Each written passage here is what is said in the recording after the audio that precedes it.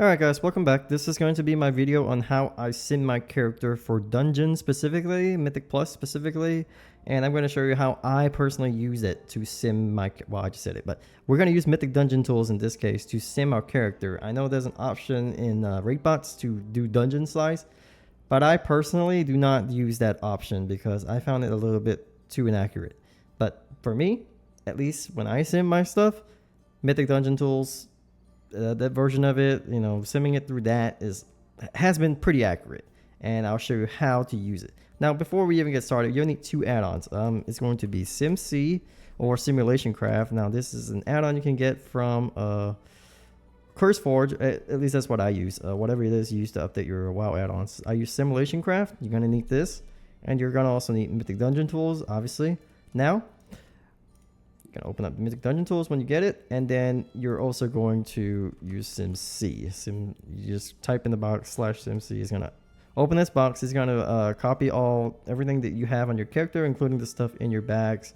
And then Mythic Dungeon Tools, you open it, and then you're just going to, you know, we'll show you what to do. All right, and there's another thing that I will also show you that you probably might need. And now I don't use this, but apparently you do need this. I don't know how, but just in case, it is a weak door. It's going to be called MDT Sim. I'm guessing this just puts like something in MDT or Mythic Dungeon Tools. Now I've only installed it one time and it's worked ever since, and I've deleted it and it still stayed there. I don't know exactly what this does, but it's probably a good idea to just get it. I know it says Dragonflight, but I would just get it. I'll link this in the description below. You're going to copy this. All right, I'm going to exit this, and then we're going to go to your weak auras, and we're going to import. You're going to paste it. I'm not going to import because I already have it. And then you just import, and you close. And then it supposedly makes it so you can actually use a sim export with the group. Or I think there's something else in there too. I'm not really sure. But I haven't used that functionality. I've only been using what Mythic Dungeon Tools have given me. So if it's needed, it's there. But I personally have not had a use for whatever that weak aura was. I got it just to be safe, basically, is what I'm trying to say. All right, so we're just gonna get into the the simulation portion of this video, which is, you know, the whole point of it. All right, so before we even get started with simming the dungeons, you will need routes. And where do you get routes? Well, I found a nifty little website called keystone.guru. Now I'm gonna link this in the description below. Also, once you go on the website keystone.guru, you're gonna go discover routes. And you're just going to pick whatever is, you know, any pug route, which is what I'm using personally for my Mythic Dungeon Tools routes, because most of the time I just pug. So now for some of these legacy dungeons, Mechagon Workshop, Theater of Pain, well, actually there's only two. So if you click on popular, it's not going to show anything because it's trying to pull up popular from back in the day, and those routes are gone. So you have to use this week. And you just, you know, I personally just go to the pug friendly stuff. So if it says pug friendly over here, I just click it, like for example, and I'm going to press share. You're going to see the MDT string down at the bottom. I'm going to click copy to clipboard, and you're going to go back to keystone.guru, and then we're going to go back to the game. All right, so what was that? That was workshop. Okay, we're going to go to workshop, and then we're going to import whatever we just copied. Now I've already have it on here, so you just paste whatever you have on here. It's going to load it immediately and save it. And it's going to say pug friendly, radar.io. And you're going to do this for every single dungeon. So if you pay attention, everything's just pug friendly because that's just, you know, the radar.io default version of it. And it's just what I use because, you know, pugs don't know routes half the time. We just have different ones. All right. So we're going to get to the simulation portion. Now I have everything loaded up. Everything's good. Okay. Now I'm going to use the most recent run that I did, just for an example, which is the Motherload plus 10. Now this is not a perfect run. We died like 7 times in here. So what was it go? We didn't have a full wipe, but we still finished the dungeon, and we were like off like 2 chests by like a minute or so. But whatever. It was just a dungeon for the key. Oh well, for the vault. I'm sorry. Anyway, all right. So we're going to look at this, and we're going to show you. I'm going to show you that the route I use is actually the exact same as the pug route over here. Now, how does this work? How do you export this into a SimC environment into Raidbots? Well, you're going to use this route over here, and you're going to press SimC export route. And this is going to show you a whole slew of text over here. It's like, oh no, what is this? What does all this mean? I'm confused already. Don't worry, that's why I'm here. I'm going to show you what all this means. Now all this up here, this looks like, yes, they look like class buffs. Now, because I was running with a boomkin and a healer, I know, don't pay attention to this. We were carrying somebody. We were just helping. All right, we had a boomkin, so we had Mark of the Wild. It says 0 over here, right? See, we're gonna delete that. We're gonna replace that with a 1. That means yes, we had the buff. And then we also had a shaman. So did I say some other class? Whatever. I'm sorry. Wait, I had to do this twice. Okay, I forgot to click record voice the first time. Give me a break. All right, so Sky Fury, and we went from 0 to 1, so that means we have a yes. Now, what does all this other stuff mean? Okay, so you see all this stuff that says pull 1, pull 2, pull 3. These are the pulls associated with all this stuff over here. So, yeah, I don't know how to actually reduce this, but whatever. I can just work around it. Okay, so the first pull, second pull, third pull, and all this stuff. Okay, so if you can see, we actually lusted on the second pull, actually. Like right here. I don't know why this flip-flopped, but whatever. It doesn't matter. Okay, we're gonna just escape on this, okay? Now, before you actually do anything else to that, you know, besides changing the class buffs to yes and no, we are going to change the mob health up here. So this was a 10. See? Now, it can default the dungeon level to a 10, but it only displays the health on the pulls itself. It doesn't actually factor it into the SimC, so we're going to have to change it up here.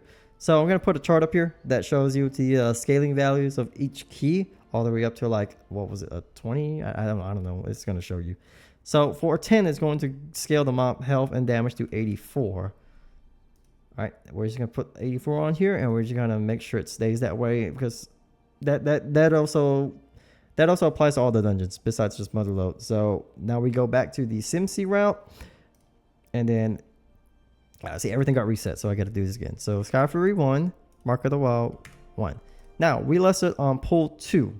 So what we're going to do here is find pull 2, and you see where it says Bloodlust? Nah, yeah, no heroism. Sorry, Alliance players. All right, we're going to change that 0 to a 1. That means that we lusted on that second pull, which is technically the first. Like, again, I don't know why I flip-flopped. And then we also bloodlusted on Azarok, which is the second boss of this dungeon. So we're going to find Azarok, which is pull number 10. Is it pull number 10? Yeah, pull number 10. So we're going to find it. There it is. Pull number 10. Make sure it says Azarok, okay? And then we're going to change the bloodlust value from 0 to 1. That means we bloodlusted on that boss, and we didn't bloodlust again because we didn't have time for the bloodlust to come back up. Anyway, when you're done with all this, you just Control A to select everything. You Control C, and then you just escape. And now we're going to put that into Raidbots. And I'm going to go to Raidbots and show you what I mean. Okay, now you go to raidbots.com, and then you can ignore this for now. I personally would just put your simulation craft for your character already in here, which is what I already did. In order to do that, you just go over here and you press SimC. Now, remember, if you copy this, it's going to override what you just copied. So, yeah. Just ignore that for now. Where did it go? Okay, we're going to go back to Raidbots. We're going to go all the way down to where it says Simulation Options over here. And we're going to find something called Custom APL and SimC Options. Now, you see this over here? You're going to click it. Well, it's going to be a drop down. And then you're going to click on SimC Expert Mode. And then it's going to give you this warning. And says, oh, make sure you know what you're doing. Okay, well, we do. All right. And then you're going to go all the way down to where you see footer. Now, if we don't put this in footer, whatever. If we don't put this in footer, it's not going to work. So you have to make sure you got to put it in this right box. Now, we're going to Control A, because this was my old one. And then Control V, which is going to paste the new sim onto here, and you're going to want to make sure everything's kind of, looks about the same. So Sky Fury, yes. Hunter's Mark, yes. Okay, Bloodlust on pull 2. Okay, everything looks to be in order. And then since this is a Top Gear sim, you're going to have to want to, select something else to make sure it can actually sim. Otherwise, it won't actually do anything. So I just picked a random gem. So I picked a random gem, and then I pressed Find Top Gear. Now you can also do this with now I already have a sim up, so I'm just gonna go back. Okay, I'm gonna go back to Simulation Craft. Quick Sim. I'm gonna go to Quick Sim if you want to do something like this. Also, now it's gonna ask you to also like put your character sim on here first before you do anything. So make sure before you do that, you're gonna go down here and make sure that your dungeon route is in that footer area by SimC Expert Mode, and then you can come back over here and just paste your character information. Now, what this will do, this is going to just be a quick sim. So, Okay. None of this stuff matters over here. This consumables, these rate buffs, even on top gear, is going to override everything. So it don't even matter. You don't have to worry about any of this stuff. So now, okay, I'm going to press quick sim. Now, again, I already have the sim out, so I'm going to show you.